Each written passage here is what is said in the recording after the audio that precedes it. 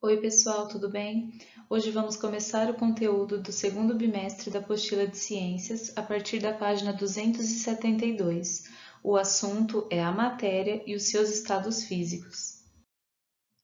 Se você parar para observar o ambiente em que você se encontra nesse exato momento, você pode perceber a presença de objetos, de móveis, talvez até de pessoas ou animais. Mas tudo isso que eu citei até agora são exemplos do que a gente chama de matéria. A matéria é tudo aquilo que possui massa e ocupa um lugar no espaço. Até mesmo o ar que você respira também é classificado como matéria, pois ele ocupa um lugar no espaço. Já o corpo é uma porção pequena daquela matéria, e o objeto é o corpo que foi transformado pelo homem e vai ter uma determinada finalidade. Por exemplo, o minério de ouro. Esse minério de ouro, que vem diretamente da natureza, ele é classificado como matéria. Quando eu extraio uma pequena porção dessa matéria e transformo, por exemplo, em barras de ouro, eu estou transformando essa matéria em corpo. E quando esse corpo é transformado pela ação do homem em um material que vai ter um objetivo, uma finalidade específica, ele é chamado de objeto. Por exemplo, a aliança. Um outro exemplo é a árvore, que é considerada matéria. Quando transformada em lenha, essa lenha recebe o nome de corpo, pois é uma pequena porção da árvore. E essa lenha, quando transformada em móveis, recebe o nome de objeto, porque vai ter uma finalidade específica. Toda a matéria é formada por partículas minúsculas que são chamadas de átomos. Isso significa que eu e você, os animais, as plantas, os outros seres vivos, os objetos e até mesmo o ar que a gente respira, somos todos formados por átomos.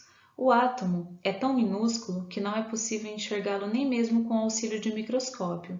Porém, ao longo de muito tempo de estudo, os cientistas conseguiram provar a existência do átomo. E atualmente, o modelo mais aceito é esse que se encontra no canto direito da imagem que vocês estão vendo. A interação entre os átomos iguais ou diferentes entre si formam o que a gente chama de moléculas. Mais para frente, vocês vão estudar a fundo a composição do átomo. As bolinhas no vídeo representam os átomos. Esses átomos, iguais ou diferentes ao se unirem, vão formar as moléculas. À esquerda, nós temos exemplo de uma molécula formada por átomos iguais e à direita, uma molécula formada por átomos diferentes. Um outro exemplo de molécula. Os átomos representam-se por símbolos químicos, pelas letras C de carbono, O de oxigênio. Já as moléculas representam-se por fórmulas químicas. Nesse exemplo, eu tenho o CO, que é o monóxido de carbono. É uma molécula formada por um átomo de carbono, à esquerda, e um átomo de oxigênio, à direita. Elas se ligam e formam um monóxido de carbono. Um outro exemplo de molécula é a tão conhecida H2O, que é a molécula da água, formada por dois átomos de hidrogênio e um átomo de oxigênio. O vídeo representa a formação da molécula de água. Como vocês podem ver, do lado direito e esquerdo há dois átomos, em branco, que representam os dois átomos de hidrogênio. E no meio, maior e em vermelho, um átomo de oxigênio, ou seja, H2O.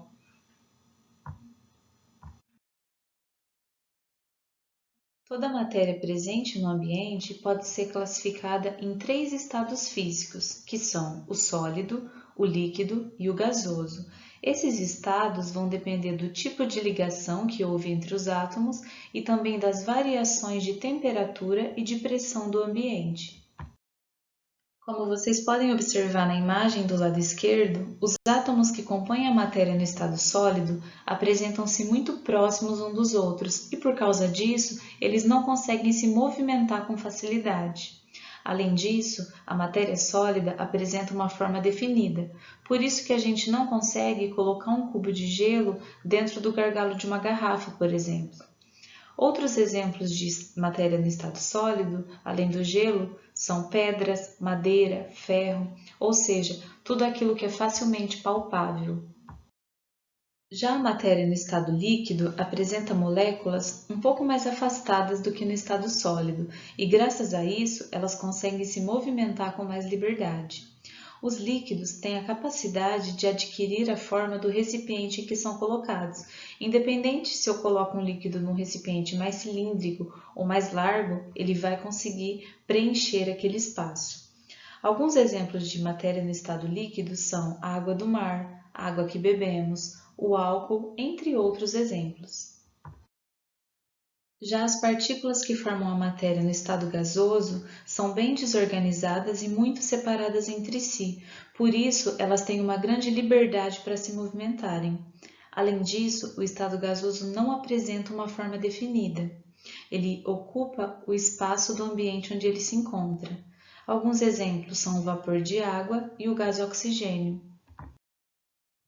O ciclo da água é um exemplo importante de mudanças de estado físico da água, que são influenciadas tanto pela pressão quanto pelas mudanças de temperatura. O ciclo da água é muito importante para a circulação de água no nosso planeta. Além disso, ele é responsável por muitas variações climáticas, funcionamento dos rios e manutenção da vida dos seres vivos.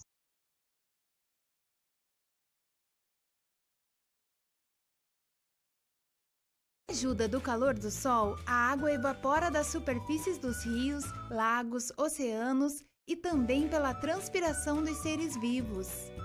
O vapor de água que vem da evaporação dos rios, lagos e oceanos e também da transpiração das plantas sobe pela atmosfera atingindo alturas onde a temperatura é menor, formando assim as nuvens cheias de gotículas de água.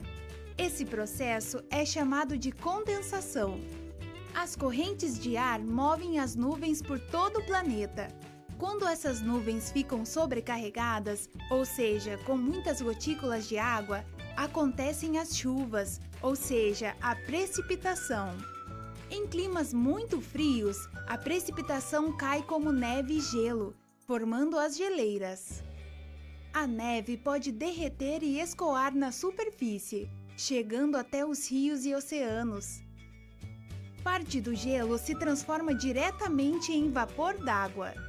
Já nos lugares que não são tão frios, parte da água que cai da chuva volta diretamente para os oceanos, rios e lagos. Outra parte entra no solo como infiltração, podendo recarregar os aquíferos. Nos aquíferos, a água pode fluir para a superfície, formando nascentes. Ou pode ficar em regiões bem profundas por bastante tempo e depois voltar para os oceanos, onde evapora mais uma vez.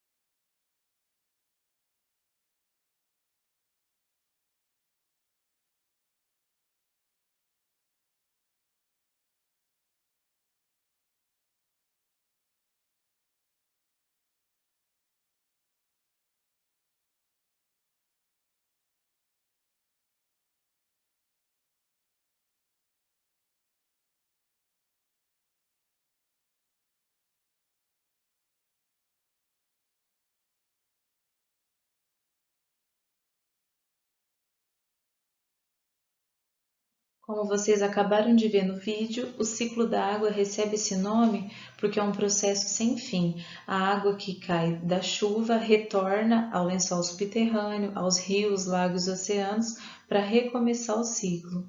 Eu coloquei aqui as principais etapas do ciclo da água que vocês acabaram de ver, que é a evaporação, graças à ação da luz solar, a evapotranspiração, que é a transpiração das plantas, a condensação, que ocorre nas nuvens, que é a passagem da água do estado gasoso para líquido devido à diminuição da temperatura, a precipitação, que pode ser na forma de chuva, neve ou granizo, e a infiltração, que é a entrada da água nos lençóis subterrâneos. Bom, é isso. Eu espero que vocês tenham gostado da aula e qualquer dúvida podem entrar em contato comigo. Uma boa semana a todos!